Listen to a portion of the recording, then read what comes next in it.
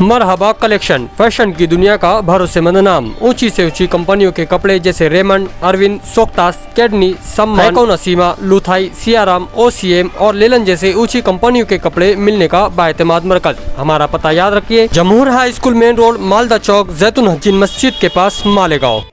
बिस्मिल्लाहिर्रहमानिर्रहीम। काला रब्बिश्रह ली सदरी वयस्सिर ली अमरी वहलुल उक़दतम मिन लिसानी यफ़क़हू क़ौली रब्बि ज़िदनी इल्मा।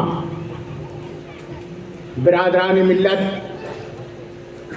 आज मुझे इस बात के लिए बड़ी खुशी है कि हमारे शहादा शहर में ऑल इंडिया मोमिन कॉन्फ्रेंस का इनेकाद हुआ है और इसके लिए दिल्ली से हमारे कौमी सदर आली जनाब फ़िरोज़ अहमद अंसारी साहब तशरीफ़ लाए हैं। मैं उनका बेहद ममनून और मशकूर हूँ कि उन्होंने अपना कीमती वक्त निकाल कर आज शहादा जैसे पसमानदा इलाके में तशरीफ़ लाकर अंसारी बिरादरी से उन्होंने जो मुलाकात किया है वो वाकई काबिल तारीफ़ है। दोस्तों और साथियों, शहादा से हमारा बहुत पुराना रिश्ता है। मैं शहादा लगातार 20 साल की उम्र में था जब से शहादा आ रहा हूँ और यहाँ पर मेरे कई बड़े बड़े जलसे सियासी मुनक्कद हुए। इसलिए शहादा से हमारा एक कल्बी लगाव है। 40 साल पहले जब मैं शहादा आता था तो अंसारी बिरादरी की माशी हालत को देखकर मुझे रोना आता था कि कितनी गरीबी के सतह के नीचे हमारी अंसारी बिरादरी यहाँ पर ज़िंदगी गुजार रही है। लेकिन आज 40 साल के बाद जब मैं परसों यहाँ पर आया इस कॉन्फ्रेंस को इनेकाद के सिलसिले में इंतज़ामात का जायज़ा लेने के लिए, तो मुझे ये देखकर बेहद खुशी हुई कि अल्लाह ताला की इस पसमानदा इलाके पर और ख़ास तौर पर मोमिन बिरादरी पर इतनी बरकत का नुज़ूल हुआ है कि आज हमारी बिरादरी यहाँ पर माशी और सियासी तौर पर एक ताकतवर बिरादरी के रूप में खड़ी हुई है। मुझे अच्छी तरह याद है कि 1983 में जब यहाँ फ़िरका वाराना फसाद हुआ था और रमज़ान उस्ताद उस फसाद में शहीद हुए थे, बिरादरी का उस वक्त कोई पुरसान हाल नहीं था। कोई सियासी जमात बिरादरी की हिमायत में खड़ी नहीं हो रही थी। इतने खतरनाक हालात 1983 में थे और रमज़ान उस्ताद का को यहाँ पर सरपसंदों ने उनका कत्ल कर दिया और वो शहीद हो गए। ऐसे बुरे हालात में मैंने साबिक मरकज़ी वज़ीर, साबिक रियासती वज़ीर इसाक जिमखाना वाला के पास गया और उनसे कहा कि शहादा में बिरादरी की ऐसी ऐसी पोजीशन है और कोई सियासी जमात उनकी हिमायत के लिए खड़ी नहीं हो रही है। तो बोले मैं चलता हूँ शहादा। मैंने उस वक्त 1983 में मेटाडोर पे, खटारा मेटाडोर पे इसाक जिमखाना वाले को आगे बैठा के लाया है शहादा में और उन्होंने तब हालात का यहाँ जायज़ा लिया। जायज़ा लेने के बाद रमज़ान अंसारी के मकान पर गए और उन्होंने उनके अहल खाना को पुरसा दिया और 5,000 रुपया, उस वक्त का 5,000 रुपया उनको नकद माली मदद की और तमाम हालात शरद पवार साहब को जाकर बताए। उसके बाद सरपसंदों के खिलाफ कार्रवाई हुई। तो शहादा का हमारा रिश्ता बहुत पुराना है। दोस्तों और साथियों, ऑल इंडिया मोमिन कॉन्फ्रेंस को मुतहर्रिक करने के लिए और मैं ये बता देना चाहता हूँ कि ऑल इंडिया मोमिन कॉन्फ्रेंस के जो हमारे साबिक सदर थे और जो मुसलसल कई मरतबा इंदिरा गांधी के कैबिनेट में साबिक वज़ीर थे जनाब ज़ियाउर रहमान अंसारी साहब, इनके इंतकाल के बाद हमारी तंजीम सर्द पड़ गई थी। लेकिन उस तंजीम को दोबारा फ़ाल बनाने के लिए, सरगर्म करने के लिए जनाब फ़िरोज़ अहमद अंसारी साहब जो हमारे कौमी सदर हैं, इन्होंने बेड़ा उठाया कि जिस तरह मोमिन कॉन्फ्रेंस ज़ियाउर रहमान अंसारी के वक्त में थी कि हमारी ताकत को पहचाना जाता था, हमारी ताकत के आगे हिंदुस्तान का वज़ीर आज़म भी झुकता था, वैसी ताकत हमको आज मोमिन कॉन्फ्रेंस की खड़ी करनी है ताकि कोई भी हुकूमत, किसी भी पार्टी की हुकूमत इक़्तिदार पे आई तो उसको ये एहसास होना चाहिए कि मोमिन कॉन्फ्रेंस के जो सदर है फ़िरोज़ अहमद अंसारी, इनके साथ पूरे हिंदुस्तान की मोमिन बिरादरी है। अगर मोमिन बिरादरी के सनती माशी और सियासी मसाइल को नज़रअंदाज किया गया तो मोमिन बिरादरी का जो वोट बैंक है वो हमसे दूर जा सकता है। ये डर और खौफ पैदा करने की ज़रूरत है, जो डर और खौफ ज़ियाउर रहमान अंसारी के दौर में था। मैं कहना चाहता हूँ कि अपने को याद करना चाहिए कि 1972 में जब कहत साली पड़ी थी, भयानक दुष्काल की परिस्थिति थी, धूलिया में बुनकर बिरादरी परेशान हाल थी। ऐसे वक्त में उस वक्त की वजीर आज़म इंदिरा गांधी ने एक कानून लाया कि पावर लूम पर रंगीन साड़ी नहीं बुनना चाहिए, पाबंदी लगा दी। मालेगांव, धूलिया, भिवंडी में कारखानों पर पुलिस के छापे गिरने लगे, कारखाने बंद कराए जाने लगे, मोमिन बिरादरी भूखमरी और फाका कशी की नौबत आ गई। ऐसे वक्त में हमारे ज़ियाउर रहमान अंसारी उस वक्त मालेगांव आए। उन्होंने भिवंडी का दौरा किया, धूलिया का दौरा किया। तमाम दौरा करने के बाद वो वापस दिल्ली गए और दिल्ली जाकर इंदिरा गांधी से कहा कि आपने पावर लूम पर रंगीन साड़ी पर जो पाबंदी लगाई है, अगर उसको नहीं हटाया आपने तो हमारे हजारों की आबादी वाली मोमिन बिरादरी भूखमरी का शिकार हो जाएगी, आपको ये पाबंदी हटाना चाहिए। तो उस वक्त की वजीर आज़म इंदिरा गांधी को मालूम था कि ज़ियाउर रहमान के पीछे पूरे हिंदुस्तान के मोमिन बिरादरी के लोग हैं, उनके साथ पूरी अंसारी बिरादरी खड़ी है। अगर ज़ियाउर रहमान अंसारी की बात को नहीं माना गया तो मोमिन बिरादरी का वोट बैंक इंदिरा कांग्रेस से खिसक जाएगा। इसलिए इंदिरा गांधी ने अंसारी साहब की आवाज़ पर लब्बैक कहते हुए धूलिया, मालेगांव, भिवंडी में पावर लूम पर रंगीन साड़ी पर जो पाबंदी लगाई गई थी उसको उन्होंने ख़त्म करने का ऐलान किया। ये सिर्फ इसलिए जब इंदिरा गांधी से मुलाकात के बाद ज़ियाउर रहमान अंसारी उनकी ऑफिस से बाहर निकले तो मालेगांव के एक सियासी लीडर ने कहा कि अंसारी साहब, आपका इंदिरा गांधी के पास इतना असर है कि इंदिरा गांधी ने आपकी बात को तस्लीम कर लिया। बोले ये ज़ियाउर रहमान अंसारी का कमाल नहीं है, ये ज़ियाउर रहमान अंसारी के पीछे पूरे हिंदुस्तान की जो मोमिन बिरादरी ताकत के साथ खड़ी है, ये मोमिन बिरादरी की ताकत है। आज उसी मोमिन बिरादरी की ताकत को हमारे कौमी सदर फिरोज अहमद अंसारी के पीछे हमको खड़ी करना, ताकि चाहे मरकजी हुकूमत हो चाहे रियासती हुकूमत हो, इस बात को इनका अंदाजा लगना चाहिए कि अगर फिरोज अहमद अंसारी की बात को नज़रअंदाज किया गया तो मोमिन बिरादरी के हज़ारों की तादाद में जो वोटें हैं वो हमारी पार्टी से खिसक सकती हैं। इसके लिए मोमिन बिरादरी में पूरे हिंदुस्तान में हमारे कौमी सदर फिरोज अहमद अंसारी साहब दौरा कर रहे हैं। मराठवाड़ा का दौरा किया उन्होंने, गुजरात, बिहार, बंगाल वगैरह का दौरा किया और वो दौरा सब करते हुए पिछले 6-7-8 महीने पहले वो मालेगांव तशरीफ लाए, धूलिया तशरीफ लाए और इस तरह से मोमिन बिरादरी का वो जायज़ा ले रहे हैं। इसी तरह जब 3 मार्च को वो बम्बई में आए तो मुझे पता चला कि वो 3 मार्च को बम्बई में आ रहे हैं, तो मैंने परवेज़ अंसारी जो हमारे मोमिन कॉन्फ्रेंस के जनरल सेक्रेटरी ऑल इंडिया के, वो बीमार हो गए हैं अचानक, नहीं तो वो भी आज आपके सामने आते उनको फ़ोन किया कि भाई अगर फिरोज़ भाई आ रहे हैं तो शहादा में भी हमारे अंसारी बिरादरी बड़ी तादाद में रहती है, वहाँ भी आकर उन्होंने अंसारी बिरादरी से अगर वो मुलाकात किए और उनसे गुफ्तगू और बातचीत की तो वहाँ भी मोमिन कॉन्फ्रेंस को फाल बनाया जा सकता है, मजबूत बनाया जा सकता है। और जब उन्होंने हामी भर ली कि हाँ मैं शहादा आऊँगा, तो मेरी नज़र सबसे पहले शहादा में मोमिन बिरादरी के लिए सरधड़ की बाजी लगाने वाले, हर वक्त मोमिन बिरादरी के सुख दुख में खड़े रहने वाले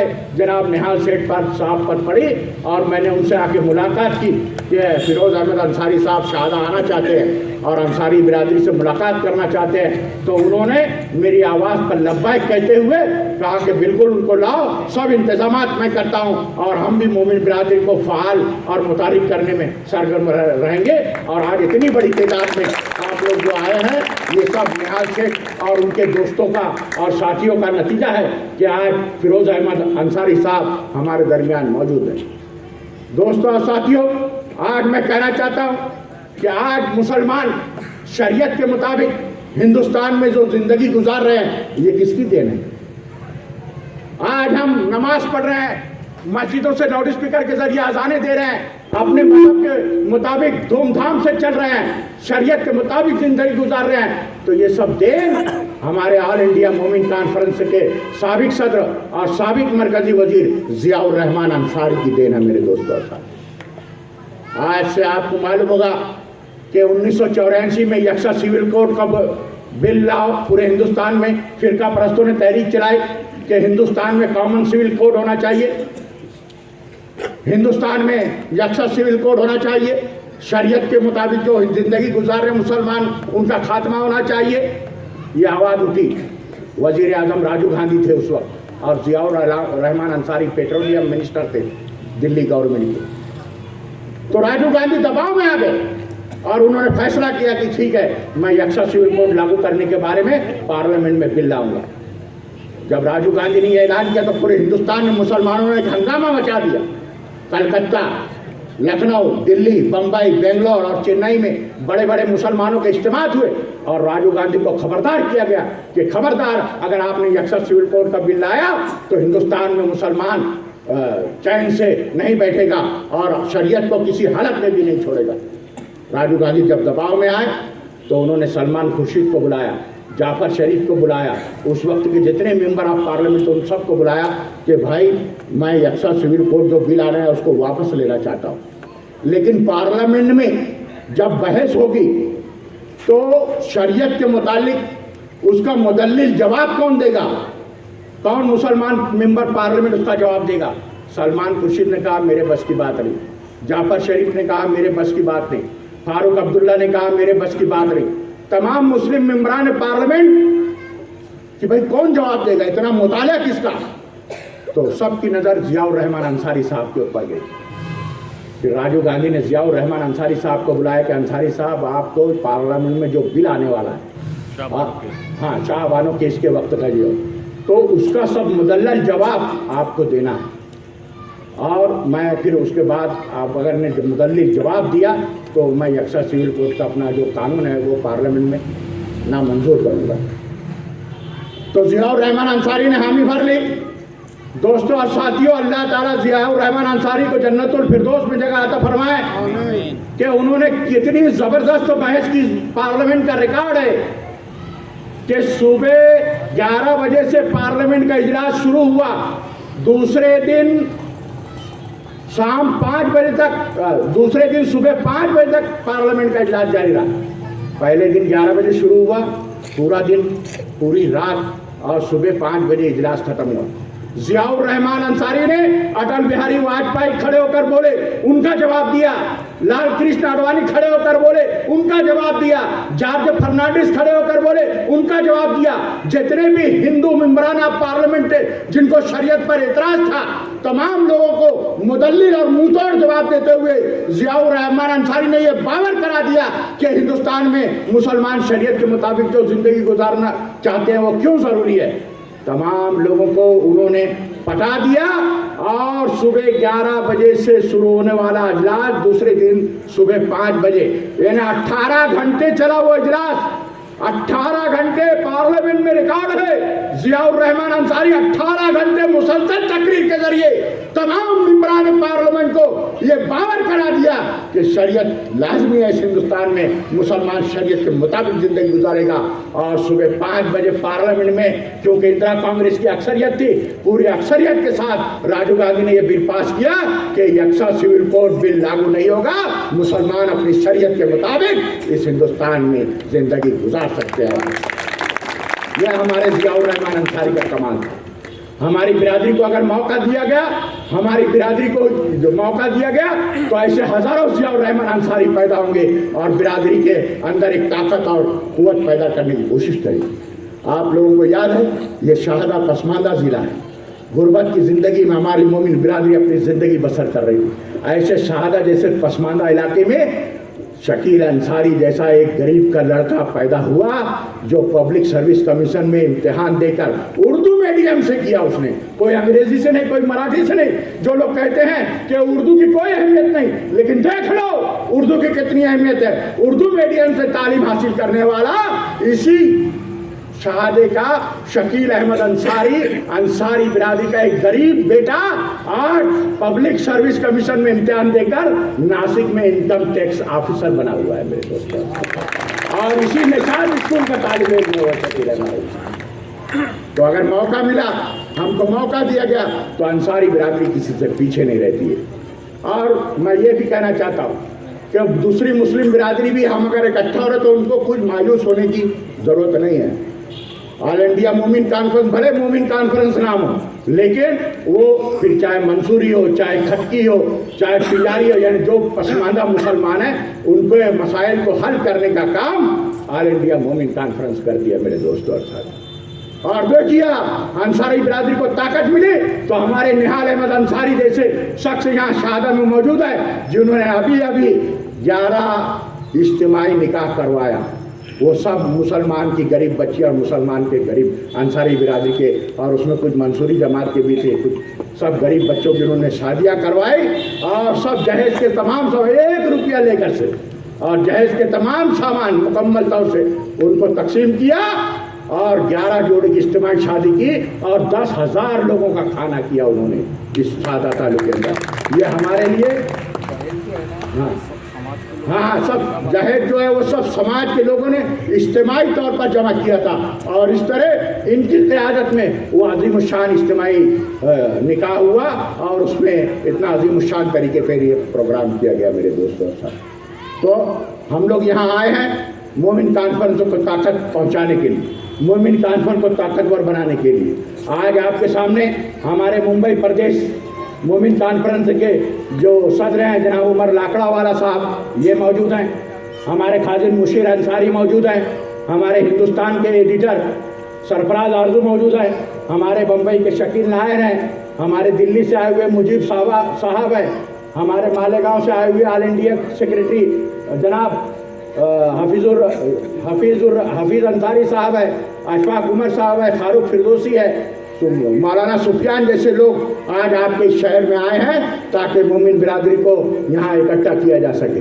आपको मैं बताना चाहता हूँ कि हमारे दरमियान एक बम्बई की बहुत देसी शख्सियत है मोहम्मद उमर लाकड़ावाला। ये भी मेरे जैसे ही जोशीले वक्ता है, जब बोलते हैं तो घंटों मजमा एकदम बेसाख्ता बैठा रहता है इनको सुनने के लिए। अल्लाह ताला से मैं दुआ करूंगा कि इनको भी सियासी तौर पर इतना ताकतवर बनाए कि महाराष्ट्र में हमारी एक आवाज़ बन के उभरे उमर लाकड़ावाला साहब। मैं कहना चाहता हूं कि कांग्रेस पार्टी की जितने वज़राए आज़म थे सब लोगों ने हमारी मोमिन बिरादरी के शख्सियात को कभी राज्यसभा में, कभी पार्लियामेंट में, कभी एमएलसी में लेकर मुस्लिम मोमिन बिरादरी को ताकत पहुंचाने का काम उन्होंने किया है। लेकिन आज हम देख रहे हैं कि हमको एक पार्टी मुसलसल नज़रअंदाज करने का काम कर रही है। क्यों नज़रअंदाज करने का काम कर रही है? कि उसको मालूम है अंसारी बिरादरी तो इकट्ठा है नहीं, इनका कोई ताकतवर लीडर नहीं है। इसलिए अगर हम एक लीडर के पीछे ताकत के साथ खड़े होते हैं तो फिर वो चाहे किसी भी पार्टी की हुकूमत हो, वो सोचने पर मजबूर होगी कि अगर इनके बात को नहीं माना गया तो अंसारी वोट हमसे खिसक सकता है। इसलिए मैं कहना चाहता हूँ कि किसी भी अफवाह में, किसी भी गलतफहमी का शिकार ना होते मोमिन कॉन्फ्रेंस को आपको दोबारा मजबूत और फाल बनाना है। इसीलिए आज का ये कॉन्फ्रेंस का इनेकाद किया गया है। मैं ये कहना चाहता हूँ और निहाल अहमद अंसारी साहब जो यहाँ के हैं नामवर शख्स, उनको मुबारकबाद देना चाहता हूँ कि आपने सिर्फ चंद दोनों दिनों के नोटिस पर यहाँ पर कॉन्फ्रेंस का इनेकाद किया। मैं ऑल इंडिया मोमिन कॉन्फ्रेंस की तरफ से आपका तहे दिल से शुक्रगुजार हूँ। इतना ही कहते हुए मैं अपनी मुख्तसर से तकरीर ख़त्म करता हूँ। जय हिंद, जय महाराष्ट्र।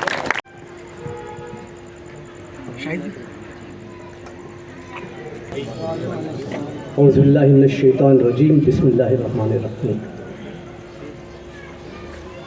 सदर नशीन एडवोकेट जनाब फिरोज़ अंसारी साहब, हाजी निहाल अहमद साहब, शकील अंसारी, सरफराज आरजू, उमर लकड़ावाला, शकील नायर, हफीज़ अंसारी, अशफाक उमर साहब, फारूक फिरदौसी और दीगर दाइस पर बैठे हुए हजरात और सामाईन इकराम, अभी जब हम यहाँ आए थे तो हाजी निहाल अहमद साहब के वहाँ गुफ्तगू हो रही थी तो पता चला कि ये इलाका उर्दू के लिए बड़ा ज़रख़ेज़ इलाका है। बहुत खुशी हुई ये सुनकर, क्योंकि मुंबई जैसे शहर में भी हम जूझ रहे हैं कि वो लोग जो अंग्रेज़ी बोल नहीं सकते, वो लोग जो पसमानदा हैं, जिनके पास फ़ीस के अखराजात के लिए पैसे नहीं, लेकिन वो अंग्रेज़ी मीडियम में पढ़ रहे हैं और उर्दू आहिस्ता आहिस्ता नाफेद होते चली जा रही है। तो ये बात सुनकर जो है मुझे बहुत खुशी हुई और इसलिए मैं समझता हूँ कि मैं जो है अपनी बात इस शेर से शुरू कर सकता हूँ कि इर्तिका के सभी रास्ते बंद पहले किए जाएंगे, इर्तिका के सभी रास्ते बंद पहले किए जाएंगे और फिर सारी पसमानगी हमारे नाम कर दी जाएगी। हाज़रीन इकराम, आज का ये इजलास जैसा कि मकासद में दर्ज है कि मोमिन बरादरी के सनती, समाजी और तालीमी मसाइल पर गौर खोज करने के लिए बुलाया गया है। मैं बहुत बहुत मुबारकबाद देता हूँ जनाब हाजी निहाल अहमद अंसारी साहब को कि उन्होंने इस फ़िक्र को आपके सामने रखा, हमारे सामने रखा, जो वक्त की ज़रूरत है। मोमिन बरादरी, उसका वजूद सन 1857 के गदर के बाद से ज़्यादा वाज़ेह होते हुए नज़र आता है। 1857 के गदर में जितने भी आर्टिसंस थे, फनकार थे, उन पर गज़ब टूटा अंग्रेज़ों का और यहाँ तक कि इन फनकारों के हाथ काट दिए गए। हमारी बिरादरी के साथ भी ऐसे ही कुछ हालात हुए कि वहाँ से हिजरत भी शुरू हुई और वो हिजरत जो है वो हमारे महाराष्ट्र में नागपुर, कामठी, मालेगांव, मुंबई, भिवंडी इस तरह से होती हुई नज़र आई और ज़्यादातर लोग, और आपके शहर में भी ज़्यादातर लोग जो है वो यूपी से बिलोंग करते हैं। हाज़रीन इकराम, ये सोचने का मुकाम है कि जो बिरादरी पसमानदा उस वक्त थी, बाद में वही रही, लेकिन हमारे कौम के अकाबिर, हमारे कौम के मुफक्किर, अल्लाह उनकी लहद को गरीक रहमत करे। जैसे कि आज मैं एक मिसाल छोटी सी एडवोकेट फेरोज़ अहमद अंसारी की दे सकता हूँ कि ऐसे लोगों ने उस वक्त बिरादरी को बहुत बड़ा सहारा दिया। बिरादरी को ऊपर उठाने के लिए जो मौका, आज जो बात जिस पर हो रही है, समाजी मसाइल, तालीमी मसाइल और माशी मसाइल, उस वक्त उन्होंने सोचा और बिरादरी को ऊपर उठाने के लिए उन्होंने एक जमात कायम की, मोमिन पंचायत। मोमिन पंचायत ने बिरादरी को, लोगों को सहारा दिया, तवज्जो दी गई और आहिस्ते आहिस्ते ये मोमिन पंचायत जो है वो इस्लाहुल मोमिन जमात में कन्वर्ट हो गई। वक्त और कुछ आगे बढ़ा, दायरे कार बढ़ा, तो ये जमात जमीयतुल मोमिनीन बनकर आई और उसके बाद कलकत्ता में एक बड़ा इजलास हुआ। बिरादरी के मुफक्कीरीन बैठे, बिरादरी के लोग बैठे और वहाँ पर ऑल इंडिया मोमिन जमात, मोमिन कॉन्फ्रेंस की तश्कील अमल में आई। तो ये तारीख़ बड़ी पुरानी है। आज मैं इस मकसद पर इसलिए बात कर रहा हूँ कि आज यहाँ तालीमी मसाइल, माशी मसाइल और समाजी मसाइल की बात चल रही है। समाजी मसाइल का मैं ज़िक्र करूँ तो मैं खुद 1980 से इस बिरादरी से, इस मोमिन कॉन्फ्रेंस से जुड़ा हुआ, जब मोहतरम ज़ियाउर रहमान अंसारी साहब इसके सदर थे। मैं मदनपुरा इलाका आपने सुना होगा मुंबई के, वहाँ का मैं हूँ।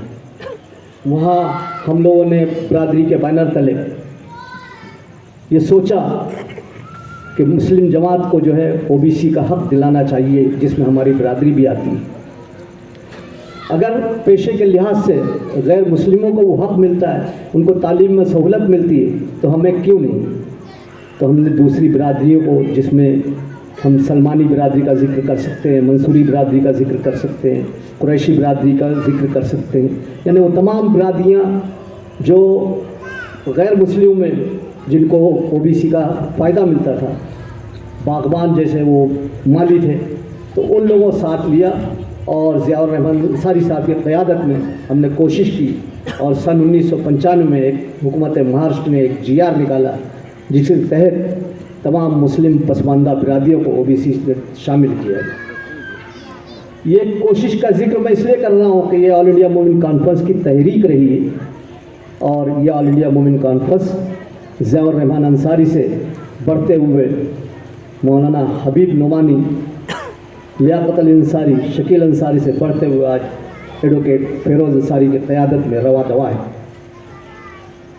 मैं ज़्यादा इसलिए नहीं बोलूँगा कि आपने भी शकील शाहीन से बहुत सारी बातें सुनी, हमारे दीगर मुकर्रीन हैं उन्हें भी बोलना है, लेकिन ये ज़रूर बोलूँगा कि अगर तालीमी मसाइल की बात है तो आज जो अकाबरीन हैं इस शहर के शहादा के, उनसे मेरी दस्तबस्ता गुजारिश है कि आप फिक्र करें अपने बच्चों की, अपने आने वाली नस्ल की। हमारे बहुत से गरीब बच्चे ऐसे होंगे जिनको तालीमी मामलात में आज रकम की ज़रूरत होगी, फ़ीस की सूरत में रकम की ज़रूरत होगी। उस मरीज़ को जो तड़प कर मर रहा है, आज आप देख रहे हैं कि डॉक्टरों ने क्या हाल कर दिया है। आप कहीं अपने इलाज के लिए जाए तो कितनी रकम दरकार होती है। तो ऐसे अपनी बिरादरी के लोगों को सहारा देने की बहुत ज़रूरत है। मैं एक बात और वाज़ेह करना चाहता हूँ कि हम लोग समाज में हैं, मुख्तलिफ़ बिरादरियों के प्रोग्राम में जाते हैं, खुसूसन मेमन बिरादरी के, कुरैशी बिरादरी के, तो वहाँ हम देखते हैं कि वो बिरादरी इतनी एकजुट होकर जो है काम कर रही है और उनके जो बच्चे हैं जो भी है वो पूरी तरह से, हर तरह से उनकी मदद की जाती है। तो एक कोशिश यहाँ ये भी होनी चाहिए कि एक ऐसा फ़ंड कायम किया जाए, आप बाहमी मशवरों से उसके ज़िम्मेदारान बने और इस नहज पर काम हो कि बच्चों को कम से कम तालीमी मामलात में जो है वो सहूलत हासिल हो, हमारे बच्चे रुक ना सके।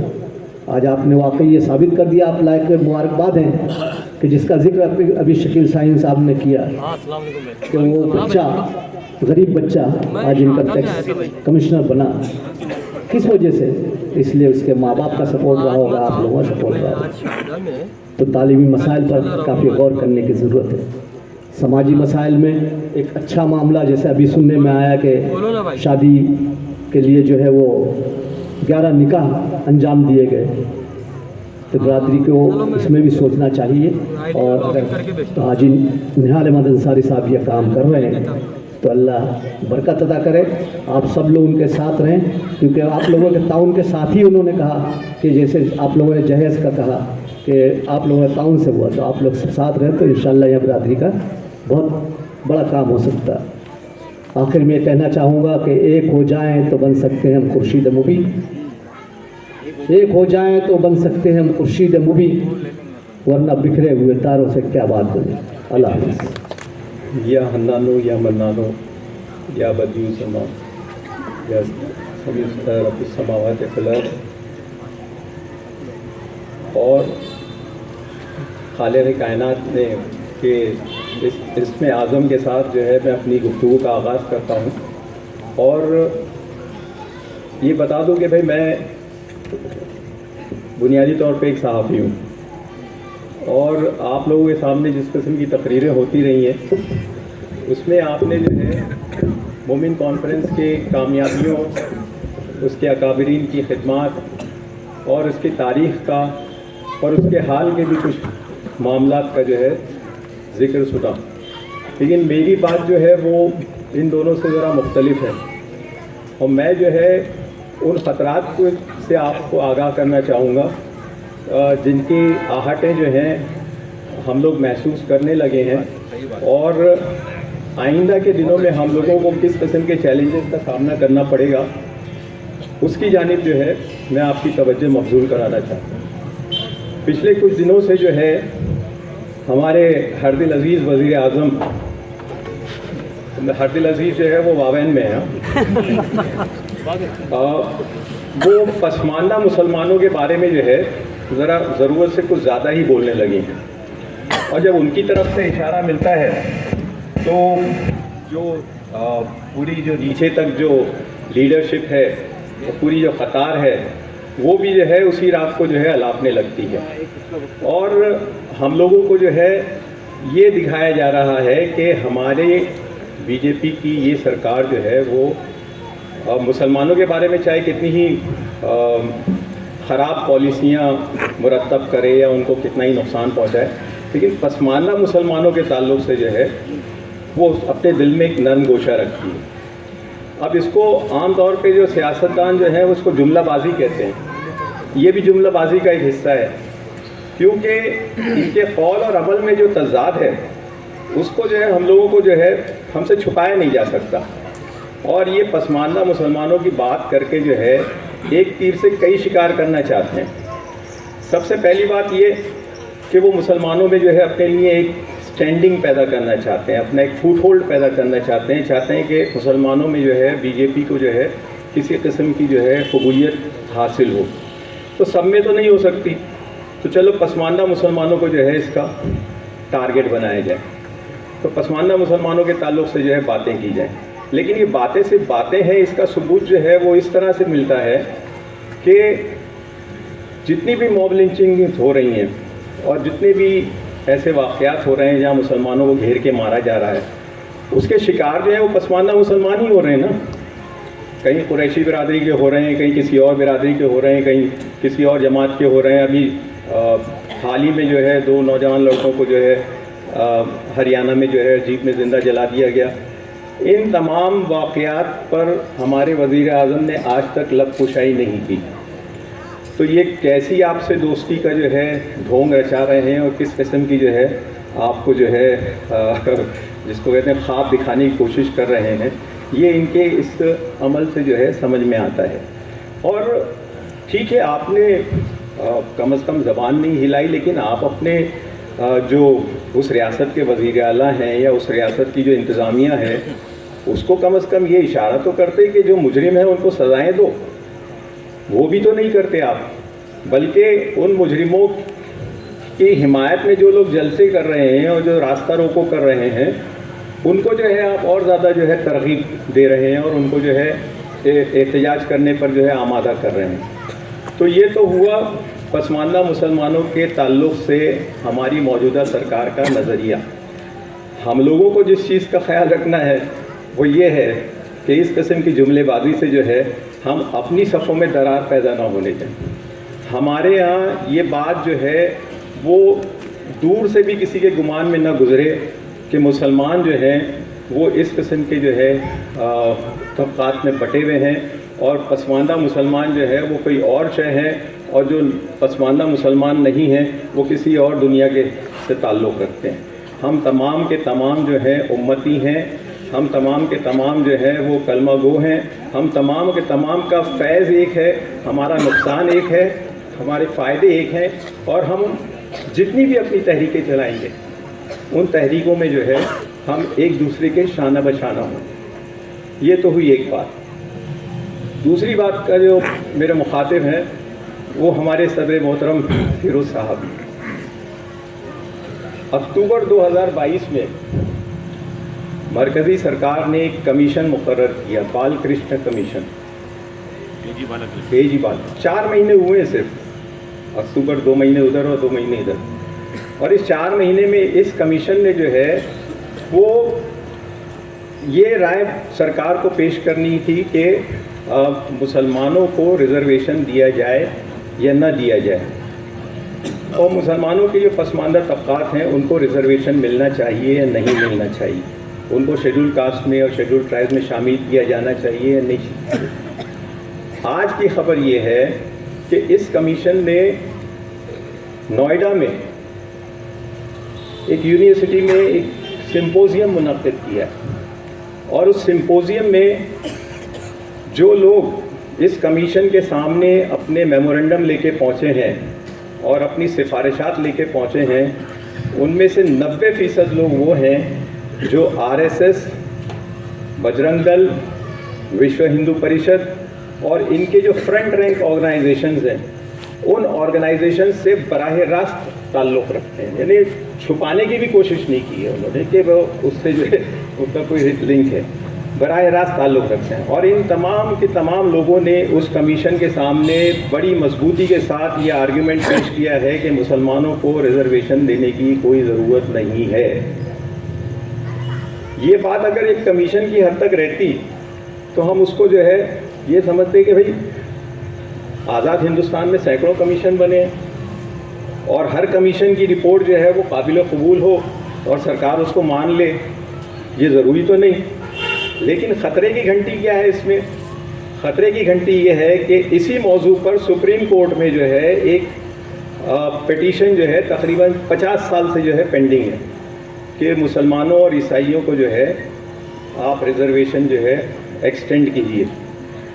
अब ये पिटीशन पर जो है सरकारें, चाहे वो बीजेपी की रही हो चाहे वो कांग्रेस की रही हो, उन लोगों ने जो है कोई वाज़ेह मौक़िफ़ इख्तियार नहीं किया। वाज़ेह मौक़िफ़ इख्तियार नहीं किया तो हम समझते हैं कि भाई चलिए आप आज अगर इसकी हिमायत में नहीं है तो कल हो जाएंगे। लेकिन पिछले दिनों जो सरकार ने एक बहुत तवील अरसे के बाद जो अपना जवाब दायर किया उसमें उसने ये वाज़ेह कर दिया कि मुसलमानों को जो है एससी और एसटी के तहत रिजर्वेशन देने के हक़ में ये सरकार नहीं है। तो ये चीज़ बिल्कुल वाज़ेह हो गई। अब इस चीज़ का वाज़ेह होना जो है, बात जो है ख़त्म यहाँ नहीं होती है। बात ख़त्म यहाँ होती है कि ये जो कमीशन है बालाकृष्ण कमीशन और इसकी जो रिपोर्ट है और जो कि आजकल जिस तरह के उसके सामने जो है पेशी हो रही है दूसरी तंजीमों की जानिब से और एंटी मुस्लिम जो फीलिंग पैदा करने के ताल्लुक से, तो उस रिपोर्ट को तैयार करके सुप्रीम कोर्ट में बहैसियत एक यूँ कहिए कि एकेडमिक एक्सरसाइज उसको जो है पेश करने की तैयारी हो रही है और सुप्रीम कोर्ट से ये फ़ैसला करवाने के लिए राह हमवार की जा रही है कि पसमानदा मुसलमानों को किसी किस्म के रिजर्वेशन की ज़रूरत नहीं है। तो हम लोग जो कि जिसको कहते हैं ना कि ज़मीन से जो है कान लगा के बैठे हुए हैं और सुन रहे हैं कि आंधी आ रही है, तूफ़ान आ रहा है, तो हम लोगों की ये ज़िम्मेदारी हो जाती है कि हम ऐसे जो हमारे ख़िलाफ़ जो महाज आराई हो रही है और ऐसी जो साजिशें तैयार हो रही हैं उनका अभी से जवाब जो है मुरतब कर लें। यहाँ मैं समझता हूँ फिरोज़ साहब की ज़िम्मेदारी ये है कि हम लोगों को मोमिन कॉन्फ्रेंस को जिस तरह वो लोग अपनी बात पेश कर रहे हैं उस कमीशन के सामने और जा के मेमोरेंडम पेश कर रहे हैं, मोमिन कॉन्फ्रेंस भी इसको अपनी एक कलीदी ज़िम्मेदारी तस्वुर करे और बालाकृष्ण कमीशन के सामने अप्रोच करके उस कमीशन पर ये वाज़ेह किया जाए कि मुसलमानों को रिजर्वेशन की ज़रूरत है, पहले भी थी और अब तक अगर आपने नहीं दी है तो आइंदा उसके लिए रास्ता हमवार किया जाए।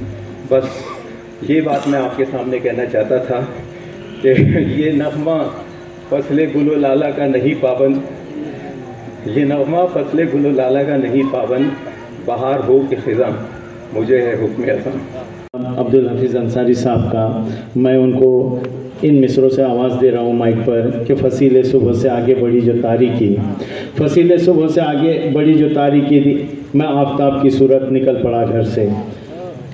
मैं गुजारिश कर रहा हूँ अब्दुल हफीज़ अंसारी साहब से, प्रोफेसर अब्दुल हफीज़ अंसारी साहब से कि वो आए और अपने ख़यालात का इज़हार करें। ऑल इंडिया मोमिन कॉन्फ्रेंस का वजूद तकरीबन 103 साल पहले मौलाना मुजाहिद हुसैन बिहारी साहब ने इसकी कोशिश शुरू किया एक छोटी सी तंजीम से, जैसा कि मुशीर अंसारी साहब ने कहा था कि मोमिन पंचायत फिर जमीयतुल मोमिनीन 1919 में शुरू हुई और 1925 में ये ऑल इंडिया मोमिन कॉन्फ्रेंस बन गई थी, तकरीबन 6-7 सालों की काविश के बाद। उसके बाद से अल्हम्दुलिल्लाह ऑल इंडिया मोमिन कॉन्फ्रेंस की जद्दोजहद जो शुरू हुई बिहार से यूपी पहुंची, यूपी से पूरे हिंदुस्तान में इसकी आग लगी और आग लगने के बाद ये अल्हम्दुलिल्लाह हमारी बिरादरी के लिए इन्होंने बहुत सारे काम किए। यहाँ तक कि जब जंग आज़ादी की तहरीक चल रही थी उस वक्त भी मोमिन बिरादरी के जो ज़िम्मेदारान उलमाए किराम और हमायदीन थे उन लोगों ने इसमें बनफ़्स नफीस आज़ादी की तहरीक में शरीक हुए और बहुत सारे हमारी बिरादरी के अफराद जो हैं वो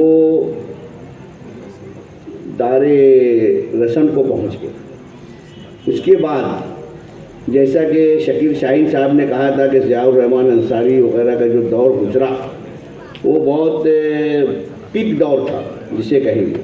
उस दौर में ऑल इंडिया मोमिन कॉन्फ्रेंस ने काफ़ी काम किया।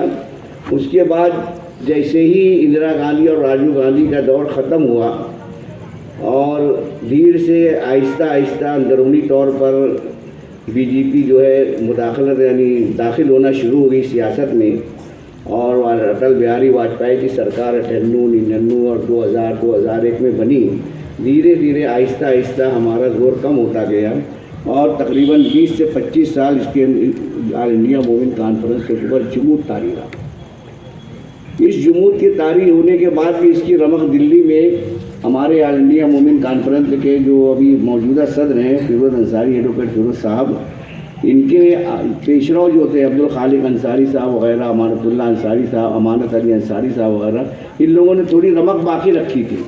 क्योंकि अल्लाह ने जब किसी जमात की बुनियाद डालती है अल्लाह ताला, तो उस जमात को मादूम नहीं करता है, कहीं ना कहीं उसकी रमक को बाकी रखता है। ज़ियाउर रहमान अंसारी ने एक बुनियाद डाल दी थी और एक जगह बना दी थी दिल्ली के अंदर कि इस जगह से ऑल इंडिया मोमिन कॉन्फ्रेंस की तहरीक जो है वो जब तक की दुनिया है तब तक चलती रहेगी। और उस अमानत को मौजूदा सदर उससे पहले के सदूर ने अल्हम्दुलिल्लाह कायम रखा। और उस अभी जो 2016 से एडवोकेट फिरोज अंसारी साहब ने जब से कमान संभाली है, अल्हम्दुलिल्लाह पूरे हिंदुस्तान में इस एक ज़िला पैदा हो चुका है। यहाँ तक कि आज ऑल इंडिया मोमिन कॉन्फ्रेंस के तकरीबन लाखों मेंबरान बन चुके हैं पूरे हिंदुस्तान में। और यही तादाद जो है अगर करोड़ों में पहुँच जाएगी, जिस तरीके से आज शाहदा में आने के बाद मालूम हुआ कि यहाँ तकरीबन 2,500 से 3,000 अंसारी बिरादरी के लोग रहते हैं।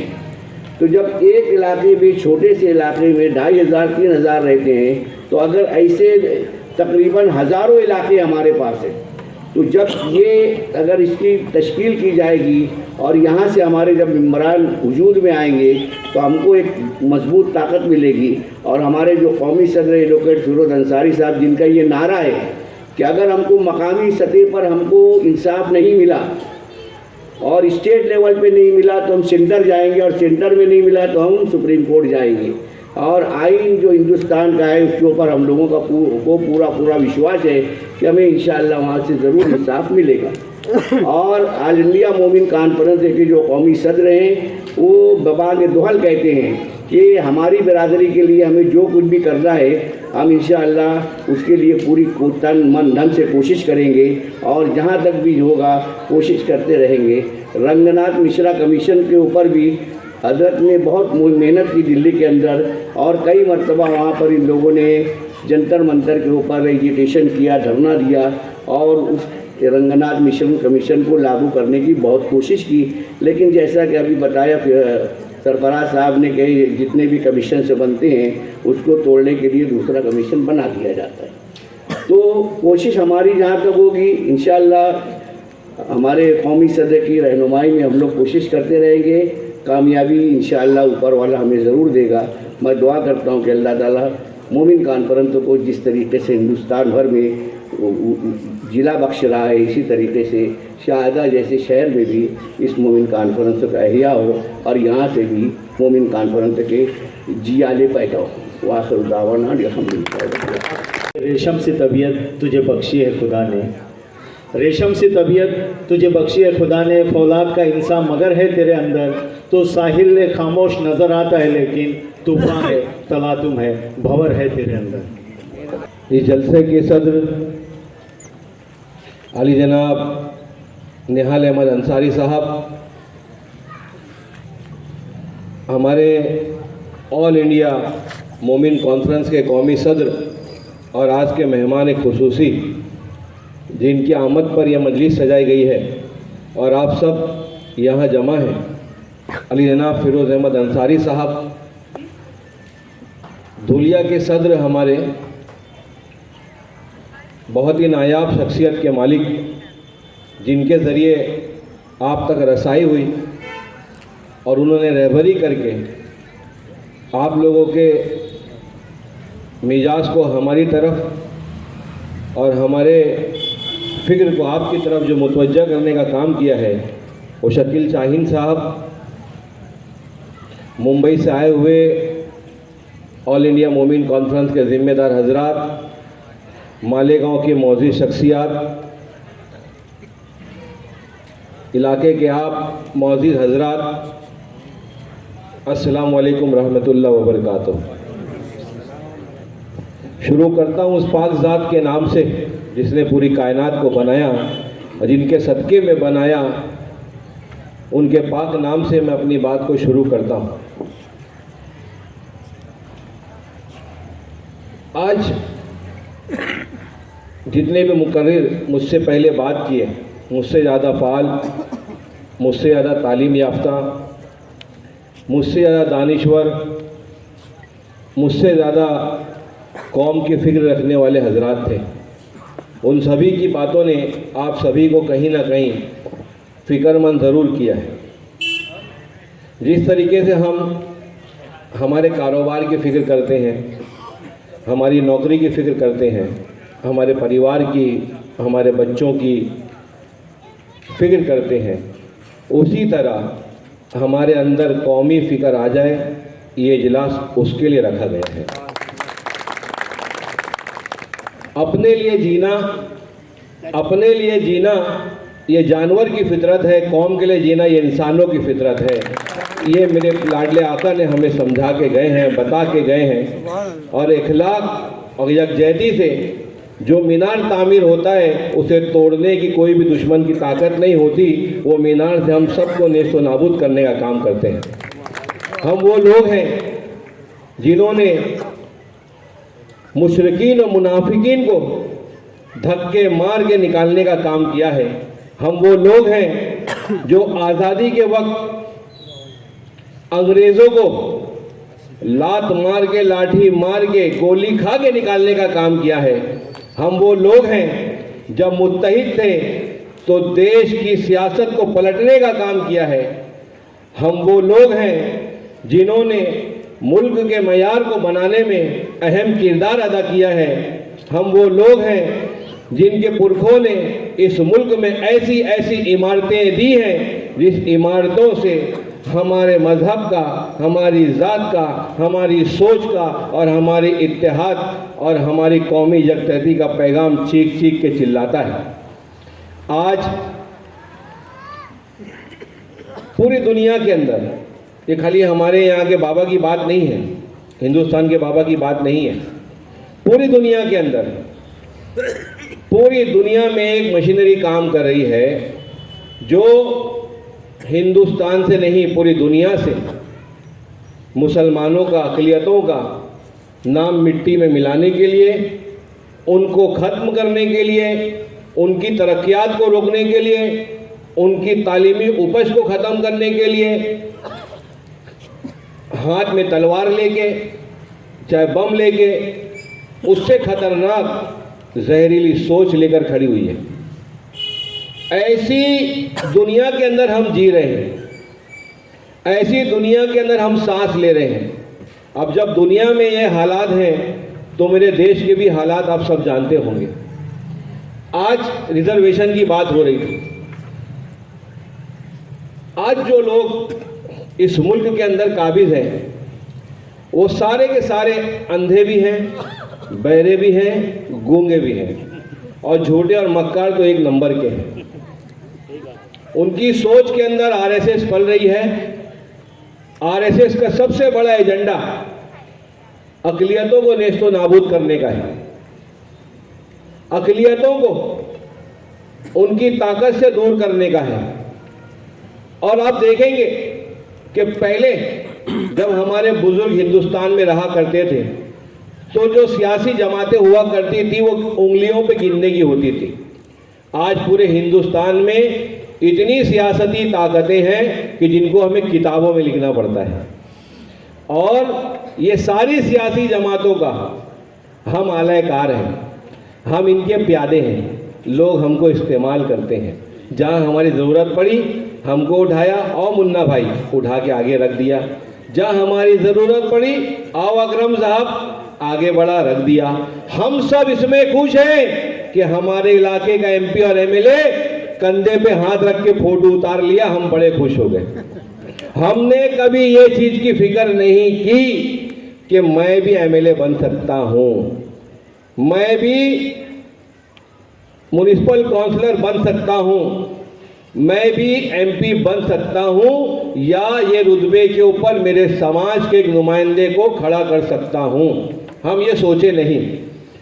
आज जब हमारे अंदर इत्तेहाद नहीं है, पूरी दुनिया के अंदर हमें बांटने की कोशिश की जा रही है, हमें ख़त्म करने की कोशिश की जा रही है, ऐसे में सबसे अहम बात यह है, एक ऐसी बिरादरी, बुनकर बिरादरी, जो आज़ादी की जंग के अंदर साना बशाना लड़कर अपने माल और जायदाद को खत्म करके मुल्क के अंदर कुर्बान होकर, शहीद होकर, फांसी लेकर हमारे उलमाए कराम ने ये देश को सींचने का काम किया और सोने की चिड़िया बनाने का काम किया वापस से। आज इख्तिलाफात की बुनियाद पर हम सब बिखर गए हैं।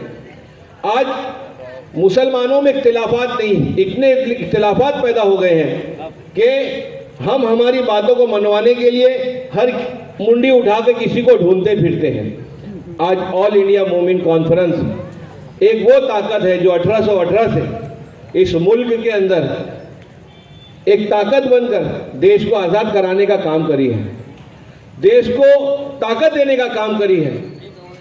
आज हमारे जो कौमी सदर हैं एडवोकेट फिरोज अहमद अंसारी साहब, वो पूरे देश के अंदर दौरा कर रहे हैं। आग अगर लगी गई घर में तो इंसान पहले अपने घर को बचाएगा कि दूसरे को बचाने के लिए जाएगा। आज पूरे देश में ना इत्तेफाकी की आग लगी है, इसलिए इत्तेफाक सबसे पहले पैदा करना है तो हमारी सफ़ों में पैदा करना है। मान हो जाती है, हार हो जाती है मान लेने के बाद, हार हो जाती है मान लेने के बाद, जीत हो जाती है ठान लेने के बाद। आज हमारे फिरोज अहमद अंसारी साहब ने इस बात को ठान लिया है। आपके शाना बशाना चलने के लिए देश के कोने कोने से लाखों अंसारी मोमिन बरादरी के लोग कांधे से कांधा मिला के हर तरीके से खड़े हो रहे हैं। आज ज़रूरत है महाराष्ट्र के अंदर, शाहबाद के अंदर, मालेगांव के अंदर, धुलिया के अंदर, पूरे महाराष्ट्र में हम सब मिलके हमारी बरादरी को इकट्ठा करें ताकि हमारी बरादरी का कोई ऐसा नुमाइंदा पैदा हो जो वक्त की सरकार से आंख में आंख मिलाकर हमारे मसाइल पे गुफ्तगू कर सके।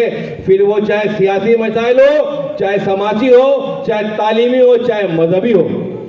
आज जिनको हमने भेजा है, कभी हमारा मजहबी मसाइल आता है, बद अल्फाज में बोल रहा हूँ, न्यूज़ वाले के सामने खड़े होने के लिए नज़र नीचे रखते हैं, छुपते फिरते हैं, अखबारों में लिखने के तो उनमें हिम्मत नहीं होती, क्योंकि वो ये समझते हैं ये तो जो वोट दिया है मुझे, ये लोग तो हमारे हैं, इनको तो कभी भी मैं इलेक्शन के 6 महीना पहले जाके मना लूँगा, इनको समझा लूँगा, अपने साथ कर लूँगा।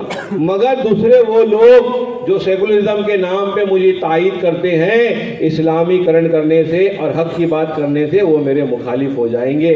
ऐसे नेताओं को छोड़िए और खुद के नेता बने और खुद के नेताओं को जिंदा करने का काम हम सबको मुत्तहिद होकर करना है। और अगर हम सब मुत्तहिद हो गए, हमारी बरादरी हो गई, तो यकीन जानिए जमहूरियत का निज़ाम सरों को गिन के चलता है, वोट को गिन के चलता है, उंगलियों पे निशान लगाने चलता है। अगर कौमी सतह के ऊपर ऐलान हो गया कि हमारे समाज का, हमारी कौम का ये नुमाइंदा फलाने इलाके से खड़ा है, सारे बरादरी के लोग एक तरफ हो जाओ। अगर वो कॉन्स्टिट्यूएंसी के अंदर 20,000 वोट होंगे और वो 20,000 में सिर्फ मेरे वोट 5,000 एक तरफ गिर जाएंगे तो हमारा नुमाइंदा चुनकर आ जाएगा। मगर लोग उसको बांटने का काम करते हैं। आज ऑल इंडिया मोमिन कॉन्फ्रेंस इसीलिए आगे आकर देश के अंदर हमारे भाइयों को जोड़ने का काम कर रही है कि देश में जो आग लगी है वो आग को पहले हमें अपने घर को बुझाना है। मेरा घर मेरी बरादरी है, वो बरादरी के लिए हमारे अंदर जुनून पैदा करना है। जिस तरह मैंने मेरे बच्चों की परवरिश की, जिस तरह अपनी बीवी का ख्याल रखा, जिस तरह अपने खानदान वालों का ख्याल रखा, तो ये बरादरी का ख्याल रखना मेरी जिम्मेदारी बनती है। अगर अल्लाह ने मुझे जबान की ताकत दी है तो मुझे बरादरी के लिए जबान चलाना है। अगर मेरे पाँव में ताकत दी है तो बरादरी की, कौम और खिदमत, मिल्लत की खिदमत के लिए मुझे कदम बढ़ाना है। और अल्लाह ने अगर मुझे जेब में ताकत दी है तो बरादरी के लिए, कौम और मिल्लत के लिए खर्च करना है और रास्ते पे उतर के बरादरी को ताकत देने का काम करना है। और यही मकसद के साथ आज जो शाहबाद के अंदर ये इजलास रखा गया है, आप सभी माशाल्लाह बहुत ही जिम्मेदार, बहुत ही गयूर और बहुत ही मोहब्बत प्रस्त इंसान हैं। आप लोगों ने हमें गले लगाया। आने वाले दिनों में मोमिन कॉन्फ्रेंस को भी आप गले लगा लीजिए, उसके बन जाइए, उसे अपना बना लीजिए। इतने मिंबर साजी यहाँ कर दीजिए कि यहाँ के लोग देख के परेशान हो जाएं, क्या अचानक ये क्या हो गया, ये कौन सी एनजीओ आ गई, ये कौन सी ट्रस्ट आ गई, ये कौन सी तंजीम आ गई कि सारे के सारे अंसारी मोमिन बरादरी वाले एक तरफ जाके खड़ा हो गए। तो वक्त का जो भी सरबराह होगा उस आपके सामने नजर नीची करके बात करेगा, क्योंकि आप बटे हुए नहीं हो, आप मुत्तहिद होकर एक तरफ खड़े हुए हो। मेरे भाइयों और दोस्तों, मैंने माना मेरी आवाज नहीं जाएगी, मैंने माना कि मेरी आवाज नहीं जाएगी, दरो दीवार से टकरा के पलट आएगी। मैंने माना कि मेरी आवाज नहीं जाएगी, दरो दीवार से टकरा के पलट आएगी। अब भी मौका है, अंधेरों का करो कोई इलाज, अब भी मौका है, अंधेरों का करो कोई इलाज, वरना ये कौम अच्छे वक्त के लिए तरस जाएगी। शुक्रिया, खुदा हाफिज, जय हिंद, जय महाराष्ट्र। कि वो यहाँ पर आए माइक पर और मुख्तसरन जो है अपने ख्यालात का इजहार करें। जनाब अशफाक उमर साहब जो मालेगांव से तशरीफ़ लाए हैं। अस्सलाम वालेकुम। आज के इस प्रोग्राम के सदर मोहतरम निहाल अंसारी साहब, ऑल इंडिया मोमिन कॉन्फ्रेंस के सदर फिरोज अंसारी साहब, उमर लकड़ावाला, मुशीर अंसारी साहब, सरफराज आरजू साहब, शकील सैन साहब, शकील नायर साहब और स्टेज पर मौजूद तमाम ही मुअज़्ज़ज़ हज़रात और तमाम ही सामीन, आपने यहाँ मुक़र्ररीन से सुना कि किस तरह हमारा माजी बहुत ही रोशन और ताबनाक रहा है। उसमें एक अहम बात ये रही है कि हमने हमेशा क़यादत की है और अपने मुतालबात मनवाए भी हैं और हमारी अपनी इकाई, हमारा अपना इत्तेहाद जो है हमेशा ही फाते रहा है। जब ऐसा रहा है तो मोमिन कॉन्फ्रेंस के अज़ाइम में बहुत सारी चीज़ें ऐसी भी हैं जो मुस्तक़बिल हमारा संवार सकती हैं। इसीलिए मैंने यहाँ पर वक्त मांगा कि मुझे 2 से 3 मिनट तक अपनी बातें कहने का मौका दिया जाए। हमारे ऑल इंडिया सदर फिरोज अंसारी साहब की इमा पर महाराष्ट्र में मोमिन कॉन्फ्रेंस का उर्दू सेल कायम किया गया है। आप जानते हैं कि मिल्लत के और ख़ासतौर पर इस बरादरी के ज़्यादातर लोगों की मादरी ज़बान उर्दू है। उर्दू तालीम चूँकि अभी एक नया रिवाज बन चुका है इंग्लिश मीडियम का, जिससे बेपनाह नुकसानात हो रहे हैं, तो उर्दू सेल कायम किया गया है महाराष्ट्र में। मोमिन कॉन्फ्रेंस में महाराष्ट्र पहली रियासत है जहाँ पर ये सेल कायम किया गया है और हमारा मकसद ही यही है कि तालीम और ज़बान, इन दोनों उर्दू तालीम और उर्दू ज़बान के बारे में हम कोशिशें जारी रखें। बहुत सारे मामलात इंशाअल्लाह हमारे सामने आए हैं और हम इन मामलात में हमारे कौमी सदर, रियासती सदर और तमामी ज़िम्मेदारान की जानिब से काम करते रहेंगे। हम आगे बढ़ रहे हैं, इंशाअल्लाह आगे बढ़ते रहेंगे। बस ज़रूरत है कि आप सबका साथ मिलता रहे, क्योंकि ये कारवां है, एक आदमी से नहीं चलता, बल्कि पूरी आबादी को साथ देना पड़ता है। उम्मीद है कि आप सबका साथ हमारे साथ रहेगा। बहुत बहुत शुक्रिया। जो सुप्रीम कोर्ट के सीनियर वकील और ऑल इंडिया मोमिन कॉन्फ्रेंस के सदर एडवोकेट जनाब फिरोज़ अहमद अंसारी, मेरी नज़र उनकी तरफ जाती है कि अब मैं उनको दावत सुखन देता हूँ कि एक शेर जहन में आता है कि आज जिस मुकाम पर, जिस ओहदे पर है कि नज़र में उतरना कमाल होता है, नज़र में उतरना कमाल होता है और नफस में बिखरना कमाल होता है। बुलंदियों पर पहुंचना कोई कमाल नहीं, बुलंदियों पर पहुंचना कोई कमाल नहीं, बुलंदियों पर ठहरना कमाल होता है। मैं जनाब फिरोज़ अहमद अंसारी से बहुत ही मुअद्दबाना गुजारिश करता हूँ कि वो अपने ख्यालात का इज़हार करें। बिस्मिल्लाहिर्रहमानिर्रहीम। आज इस पहली बार शहादत के अंदर इस जलसे की शहादत करते हुए सदारत करते हुए जनाब हाजी निहाल अंसारी साहब, उनका हम लोग बेहद शुक्रगुज़ार हैं कि उन्होंने इनिशिएटिव लिया और मोमिन कॉन्फ्रेंस को यहाँ तक फिर से पहुँचाने में एक पुरजोर कोशिश की है। मैं ख़ास तौर से मंच पे हमारे बैठे हुए उमर साहब हैं, आरजू साहब हैं और हमारे पूरे मोमिन कॉन्फ्रेंस के ऑफिस बेरर्स मालेगांव से, दिल्ली से सब हैं। मैं पर्सनली सबको चूँकि साथ आए हैं, साथ हम लोग रहे हैं, तो मैं चाहता हूँ ख़ास तौर से यहाँ के हमारे मुकामी जो लोग हैं, मैं चाहता हूँ कि उनको एड्रेस करूँ। हाजी निहाल, हाजी अहमद वाहिद अंसारी साहब, हाजी शकील अफसार अंसारी साहब, हाजी शफीक अहमद, सबीर अहमद अंसारी साहब, हाजी इकबाल आबिद अंसारी साहब, हाजी इकबाल हाजी अफ़ान अंसारी साहब, मुख्तार सबीर अहमद अंसारी साहब, अकरम फ़ारूक अहमद अंसारी साहब, आसिफ साहब कादिर अंसारी, असलम फ़ारूक अहमद अंसारी, ये जो लोग हैं जिन्होंने मोमिन कॉन्फ्रेंस को यहाँ एक नया मुकाम, नया राह दिखाने की कोशिश की है, उनका हम बेहद तहे दिल से शुक्रगुज़ार हैं। और मैं ऐसा लगता है कि मेरा यहाँ आना एक कामयाब कोशिश होगा और इंशाअल्लाह आगे शहादा के अंदर मोमिन कॉन्फ्रेंस और मजबूती के साथ जलसा करेगी, बरादरी को एकजुट करेगी और उनकी तरक्की के लिए काम करेगी। ये हमारा मोमिन कॉन्फ्रेंस, मैं आपको बताऊं, बहुत लोग बोल चुके हैं कि ऑल इंडिया मोमिन कॉन्फ्रेंस आज़ादी से पहले, ये हर कोई जानता है कि आज़ादी से पहले ऑल इंडिया मोमिन कॉन्फ्रेंस रहा और आज़ादी के अंदर जो मोमिन कॉन्फ्रेंस का रोल रहा वो सब लोग पूरे हिंदुस्तान की नहीं, पूरी हिस्ट्री और यहाँ तक के गांधी जी और नेहरू की राइटिंग तक में ये मौजूद है कि मोमिन कॉन्फ्रेंस और अंसारियों का क्या कंट्रीब्यूशन आज़ादी के अंदर था।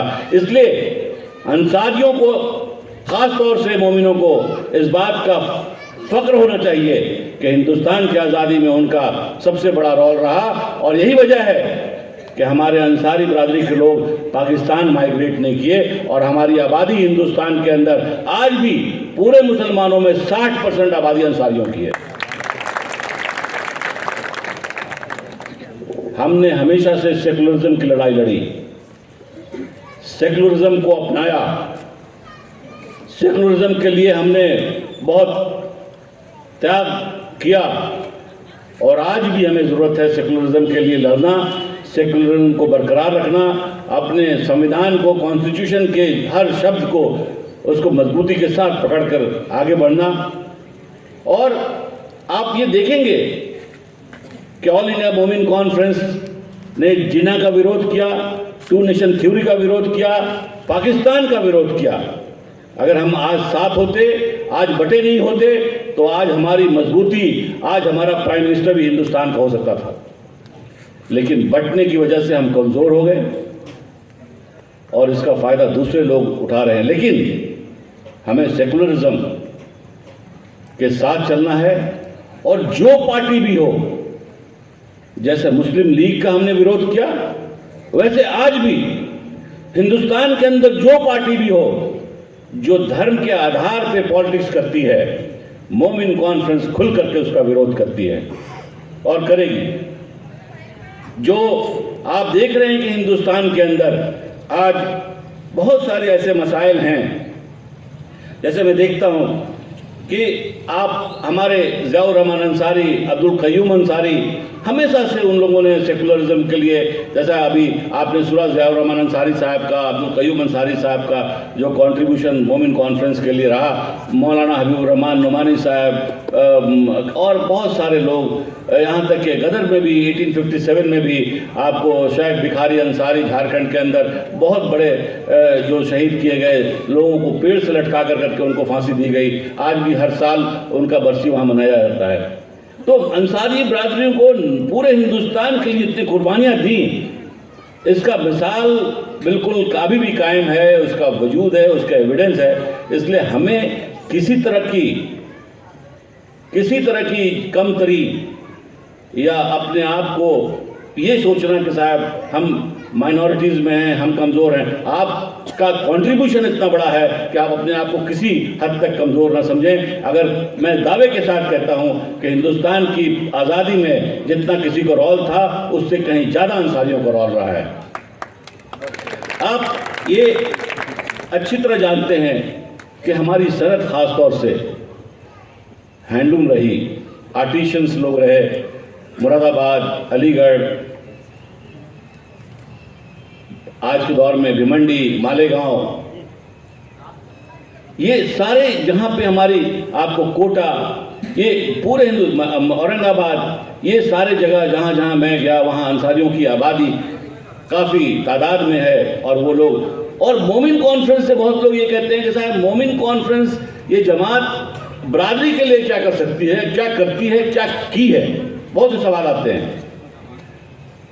आज मैं दावे के साथ कहता हूं कि हिंदुस्तान के अंदर ज़्यादातर 90% बच्चे जो पढ़े लिखे हैं उनकी फीस की माफ़ी, उनका रिजर्वेशन, मंडल कमीशन में उनका रिजर्वेशन, उनको स्कॉलरशिप दिलाने में सबसे बड़ा रोल मोमिन कॉन्फ्रेंस का रहा है।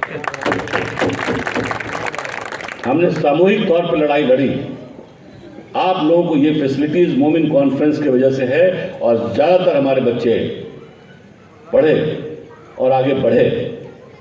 मैं एक बात आपको साफ कहना चाहता हूं कि मोमिन कॉन्फ्रेंस और हमारे बरादरी के लोग, मैं बरादरी क्या, मैं तो कहता हूं पूरे मुसलमानों को भी अपने एजुकेशन पे जोर देना चाहिए। ये एक ऐसा हथियार है आपके पास कि इसको कोई छोटा नहीं कर सकता, कोई काट नहीं सकता। इसका सबसे बड़ा मिसाल पूरे हिंदुस्तान में अगर है, हिंदुस्तान नहीं, मैं तो कहता हूं पूरे वर्ल्ड में आप देखेंगे अगर मिसाल है तो एपीजे अब्दुल कलाम का है। एक मछुआरे का बेटा लैंप पोस्ट के नीचे पढ़ कर करके वो भारत रत्न हासिल कर सकता है, प्रेसिडेंट ऑफ इंडिया बन सकता है, वर्ल्ड का one of the best scientist बन सकता है। तो आपका बच्चा भी एपीजे अब्दुल कलाम बन सकता है। हमने अपने बच्चों को एपीजे अब्दुल कलाम, और आपने देखा एपीजे अब्दुल कलाम जिस वक्त प्रेसिडेंट ऑफ इंडिया बने उस वक्त एनडीए की पावर थी, एनडीए पावर में, वाजपेयी पावर में थे, लेकिन उनकी काबिलियत, उनकी सलाहियत, उनकी जो एजुकेशन के बलबूते पे वो राष्ट्रपति बने। आप भी बन सकते हैं, हम भी बन सकते हैं अगर हम अपनी बच्चों को एजुकेशन की तरफ तवज्जो दें। और ये कोई कहता है कि साहब वो गरीबी की वजह से नहीं पढ़ चुका या गरीबी की वजह से नहीं पढ़ा, तो आप खुद एपीजे अब्दुल कलाम का मिसाल देखिए। लैंप पोस्ट के नीचे पढ़ कर करके अपने बच्चों को मोटिवेट करने की ज़रूरत है, उनको पढ़ने की तरफ तवज्जो करने की ज़रूरत है। और आप इंशाअल्लाह आप देखेंगे कि ये आपका एक बहुत बड़ा बदलाव हिंदुस्तान के अंदर ला सकता है। आपको मजबूती, कॉन्फिडेंस, एक पढ़ा लिखा आदमी जब खड़ा होता है तो किसी भी जज के सामने, आज मैं पूरे हिंदुस्तान के अंदर चीफ जस्टिस के आगे भी खड़ा होता हूं तो कभी ये नहीं सोचता हूं कि मैं अंसारी हूं, बैकवर्ड हूं, या मैं कहना मैं कोई हमारे अंदर कमी है। ये एजुकेशन का, ये एक कॉन्फिडेंस एजुकेशन से आता है।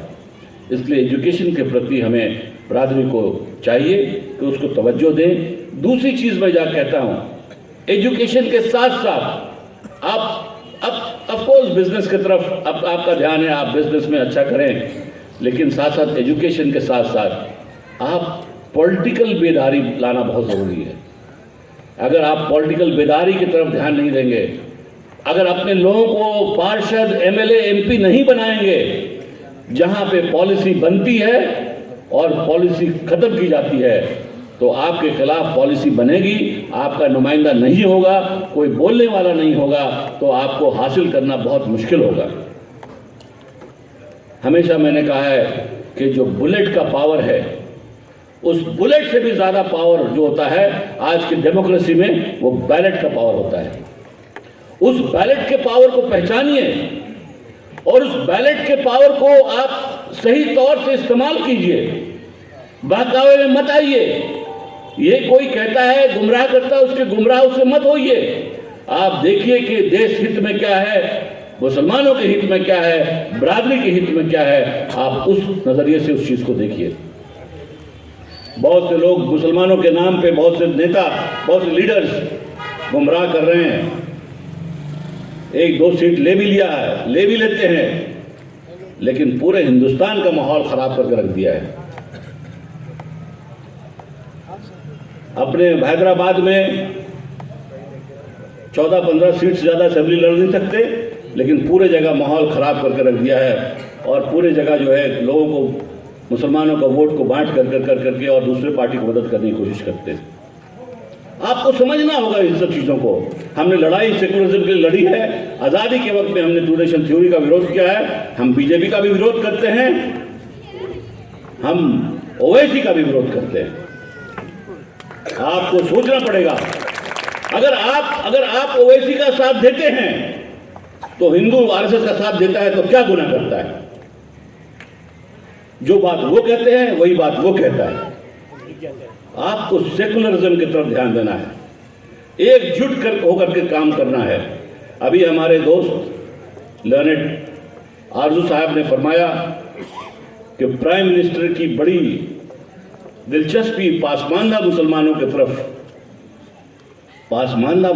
की तरफ नहीं है, उनको बांटने की कोशिश है।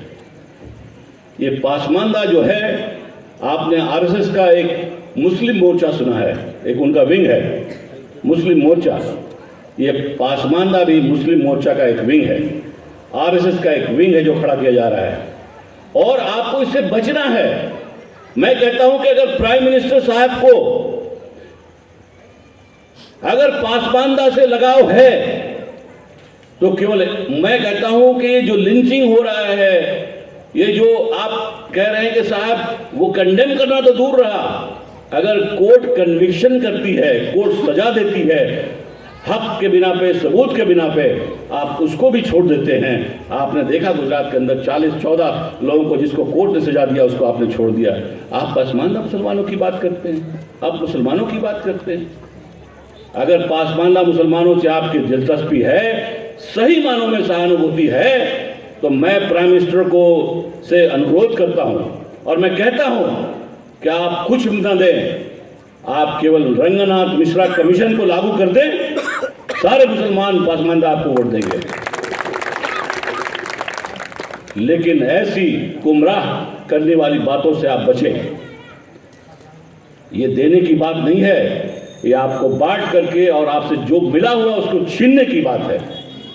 आप देखेंगे कि रंगनाथ मिश्रा कमीशन, जिस वक्त यूपीए की सरकार थी, रंगनाथ मिश्रा कमीशन कैसे आया, आज मैं और एक आपको तफसील से थोड़ी बात बता दूंगा, थोड़ा टाइम लगेगा। रंगनाथ मिश्रा कमीशन की हिस्ट्री आप उठा के देखें। ये पूरा कमीशन का गठन मोमिन कॉन्फ्रेंस ने कराया। जंतर मंतर पे जब जैसे यूपीए सरकार आई, 5 बार लगातार हम लोगों ने जंतर मंतर पे बड़ी तादाद में धरना दिया और मांग किया कि मुसलमानों के अंदर, हमने ये नहीं कहा कि अंसारियों की बात की, लोग कहते हैं कि अंसारियों की बात, हम अंसारियों की बात नहीं की। हमने कहा जो भी मुसलमान दलित पिछड़े वर्ग के हैं, उनको जो आप गैर मुसलमानों को, हिंदुओं को दे रहे हैं, वो सेम फैसिलिटीज और सेम रिजर्वेशन का फॉर्मूला उन पे लागू होना चाहिए। अगर हिंदू धोबी है, जो आप हिंदू धोबी को दे रहे हैं वही आप मुसलमान धोबी को दें, जो आप हिंदू बुनकर को तांती को दे रहे हैं वही मुसलमान बुनकर और तांती को दें। यही बात को लेकर करके हम लोगों ने 5 बार धरना दिया और सोनिया गांधी जी से मिले, मनमोहन जी से मिले और हम लोगों ने बात किया। उन्होंने कहा कि एकदम से हम नहीं कर सकते ऐलान, हम एक कमीशन का गठन करते हैं। उन्होंने कमीशन का गठन किया, रंगनाथ मिश्रा कमीशन का गठन किया, और रंगनाथ मिश्रा कमीशन में मैं खुद एज ए मोमिन कॉन्फ्रेंस का उस वक्त मैं जनरल सेक्रेटरी था, 5 बार रंगनाथ मिश्रा कमीशन में पेश हुआ, अपनी मेमोरेंडम दी, बात की। और मैं आपको बताऊं कि रंगनाथ मिश्रा कमीशन का रिपोर्ट आप पढ़ेंगे तो उसमें जितनी बातें हमारी मेमोरेंडम में है उन्होंने एक्सेप्ट किया और उसको माना। और मानने के बाद उन्होंने 2 रिकमेंडेशन बहुत इंपॉर्टेंट, और दूसरी सबसे बड़ी बात है कि ऑल इंडिया मोमिन कॉन्फ्रेंस के आज जो जनरल सेक्रेटरी जनरल हैं हाजी अब्दुल रशीद अंसारी साहब, वो गवर्नमेंट ऑफ इंडिया से रिटायर्ड होम मिनिस्टर से रिटायर्ड डिप्टी सेक्रेटरी हैं और उस वक्त रंगानाथ मिश्रा कमीशन के भी सेक्रेटरी थे। वो हमारे आज मोमिन कॉन्फ्रेंस के सेक्रेटरी जनरल हैं और हम लोग उस पर बहुत काम कर रहे हैं। अभी जो आपको मैंने बताया कि जो के.जी. बालाकृष्णन, अभी हमारे आजू साहब ने भी उसका रेफरेंस दिया, के.जी. बालाकृष्णन केवल इसलिए बनाया गया है कि कमीशन की रिपोर्ट, रंगानाथ मिश्रा कमीशन की रिपोर्ट एक कमीशन की रिपोर्ट है, उसको कैसे खारिज किया जाए, कैसे उसको धो दिया जाए, कैसे उसको मिटा दिया जाए। इसलिए एक पैरेलल के.जी. बालाकृष्णन भी चीफ जस्टिस ऑफ इंडिया थे, रंगनाथ मिश्रा भी चीफ जस्टिस ऑफ इंडिया थे। रंगनाथ मिश्रा कमीशन के साथ साथ उसमें आपके नुमाइंदे मुसलमान भी एक थे, प्रोफेसर बल्कि वो हमारे प्रोफेसर ताहिर महमूद साहब दिल्ली यूनिवर्सिटी के लॉ फैकल्टी में थे। जब मैं लॉ कर रहा था तो हमारे टीचर भी थे, वो भी मेंबर थे उस वक्त उसमें। लेकिन आज के.जी. बालाकृष्णन, आप मुसलमानों की बात कर रहे हैं, पासमानदा मुसलमानों की बात करने जा रहे हैं, और एक मुसलमान नुमाइंदा के.जी. बालाकृष्णन की कमीशन में नहीं है। किस तरह का इंसाफ होगा आप पहले से समझ सकते हैं। ये केवल, और कमीशन की रिपोर्ट आने से पहले आपने सुप्रीम कोर्ट में अपने जवाब फाइल कर दिया कि साहब मुसलमानों के अंदर कोई बरादरी नहीं है, कोई रिजर्वेशन की जरूरत नहीं है। भाई अगर रिजर्वेशन की जरूरत है तो मंडल कमीशन में तो हैं, और पासमानगी हमारे यहाँ है, सब जानते हैं। लेकिन प्राइम मिनिस्टर का ये बोलते कुछ हैं, करते कुछ हैं। आपको होशियार रहना है। आपको इस पासमानदा के ऐलान में आप सबसे कहिए, जो कहता है उसे पूछिए कि रंगनाथ मिश्रा को आप लागू करो, हम आपके साथ हैं, और अगर आप लागू नहीं करते हो तो हम आपके मुखालिफ हैं। खुल करके कहें, उसका मुखालफत करें। मोमिन कॉन्फ्रेंस आपके लिए हिंदुस्तान, मैंने कहा जैसा कि अभी प्रोफेसर साहब ने भी कहा कि मोमिन कॉन्फ्रेंस आपके साथ है, शहादा के बरादरी के साथ नहीं, पूरे हिंदुस्तान के बरादरी के साथ है। जो लोकल लेवल पे बात आपकी नहीं बनती है, स्टेट लेवल पे हम उसको टेकअप करेंगे। स्टेट लेवल पे हमारी कमेटी है, अगर स्टेट लेवल पे नहीं होता है तो हम सेंट्रल लेवल पे कमेटी उसको टेकअप करेगी, और अगर नहीं होगा तो सुप्रीम कोर्ट, हाई कोर्ट जाने की नौबत आई तो मोमिन कॉन्फ्रेंस आपके लिए खड़ी है, और मोमिन कॉन्फ्रेंस आपकी लड़ाई लड़ेगी। आपको जो हक है आपका, वो आपको मिलना चाहिए। आपकी आज़ादी में कुर्बानियां हैं, और इसलिए आप उस चीज़ को और से समझने की। दूसरी चीज़ आप देख रहे हैं, मैं बार बार कहता हूं, आप गुमराह नहीं हो। आपने देखा है एनआरसी में, आपने देखा है शाहीन बाग का वो मंजर पूरे हिंदुस्तान में बनते हुए। आप लोगों को बहुत एहतियात से अपनी बात को समझने की ज़रूरत है।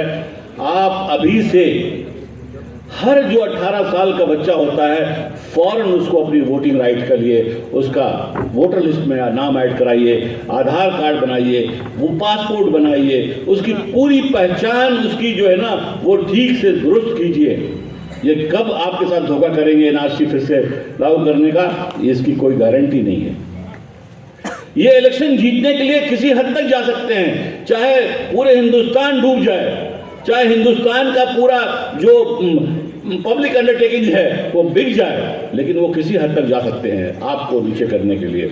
लेकिन आप अपने राइट को समझने के लिए, आप अपने पूरे अख्तियार को समझने के लिए, आप एनआरसी से बचने के लिए पूरी अपनी आइडेंटिटी को ठीक से रखिए, कागजात बिल्कुल संभाल कर रखिए। आप अपना चाहे आधार कार्ड, कहते हैं आधार कार्ड कुछ नहीं है, पासपोर्ट कुछ नहीं है, इसलिए मैंने कहा अपने फोर फादर्स के जो रिकॉर्ड हैं, आपके दादा परदादा का जो रिकॉर्ड है, वो भी कोशिश कीजिए कि अपने आपके फाइल में रहे, ताकि आने वाले दिन में आप अगर कोई इस तरह की कोशिश होती है तो हम उसको मिल करके नाकामयाब कर सकते हैं। मैं आपको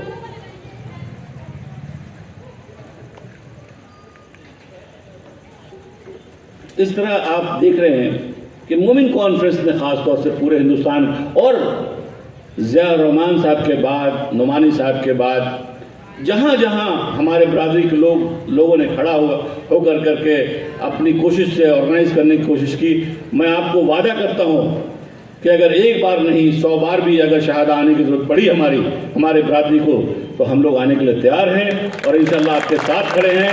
किसी भी मुसीबत में, किसी भी दुख और सुख की घड़ी में हम आपके साथ हैं।